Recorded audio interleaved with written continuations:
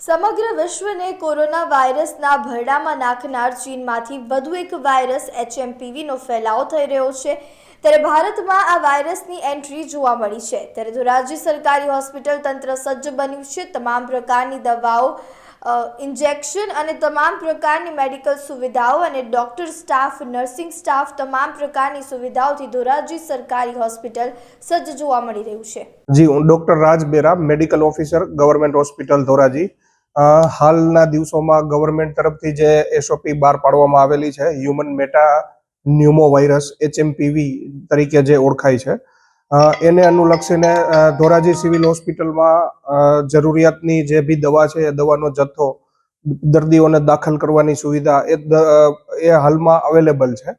અને HMPV virus છે જેમાં મુખ્ય લક્ષણો એ સિમ્પલ શરદી, ઉધરસ, તાવ પ્રાથમિક તબક્કામાં વગેરે પ્રકારના લક્ષણો, ગળામાં ખરાશ આવવી એ જોવા મળે છે।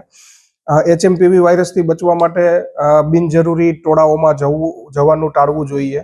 પ્રાથમિક લક્ષણો શરદી, ઉધરસ, તાવ વગેરે જેવા દેખાતા નજીકના કોઈ સરકારી દવાખાનામાં કન્સલ્ટ કરાવવું જોઈએ। પાણીનો ઉપયોગ વધારે કરવો જોઈએ। રોગ પ્રતિકારક શક્તિ વધે એ પ્રકારના તમામ ફ્રૂટો છે, શાકભાજી છે એનો ઉપયોગ વધારવો જોઈએ। બચ્ચાને બિનજરૂરી મોઢે નીચે પડેલી વસ્તુ છે જે બિનજરૂરી મોઢે અડાડતા હોય એ બધું અત્યારે બંધ કરાવવું જોઈએ। સાહેબ, આમાં દર્દીઓને કઈ બીમારી જરૂર ખરી?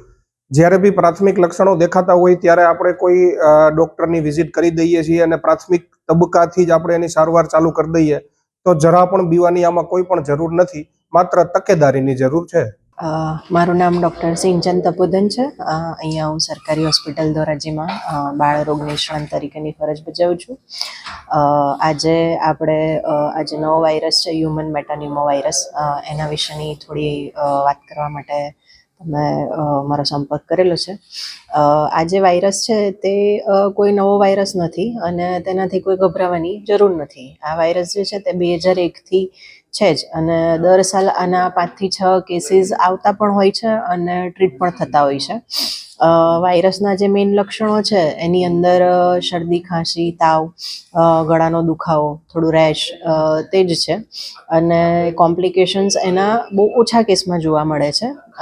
ફ્લૂ જેવા લક્ષણો જ આની અંદર જોવા મળે છે, જે 2 થી 5 દિવસની અંદર એની જાતે રિઝોલ્વ થઈ જાય છે અને જેની ટ્રીટમેન્ટમાં સિમ્પટોમેટિક ટ્રીટમેન્ટ જેને કહેવાય કે સાદી શરદી, ખાંસી, તાવની દવા તે લેવાની હોય છે। અને ધ્યાન રાખવામાં અમુક બાબતોનું ધ્યાન રાખવાનું હોય છે, જેમ કે પાણી વધારે પીવાનું, માસ્કનો ઉપયોગ કરવાનો, ભીડભાડવાળી જગ્યાએ નહીં જવાનું, વારે ઘડીએ હાથ ધોવાના, જે રીતે આપણે બીજા વાયરસના લક્ષણોમાં ધ્યાન રાખતા હોઈએ છીએ થોડું ઘણું ધ્યાન રાખવાનું હોય છે। બીજું તો જે નાના બાળકો છે, નાના બાળકોની અંદર બીજું જેની રોગ પ્રતિકારક શક્તિ ઓછી હોય તેવા અને મોટી ઉંમરના જે વ્યક્તિ છે 65 વર્ષથી ઉપરને એમાં જોવા મળે છે। બાળકોમાં 5 વર્ષથી ઓછામાં એટલે વધારે એના કેસીસ જોવા મળે, કેમ કે આજુબાજુમાં એ એરબોર્ન વાયરસ છે, એટલે જેટલું વાતાવરણનું ધ્યાન રાખવામાં આવે કે ઘરની અંદર બધા જેમ ધ્યાન રાખે એટલું ઓછું બાળકોની અંદર એનું ઇન્ફેક્શન ફેલાય।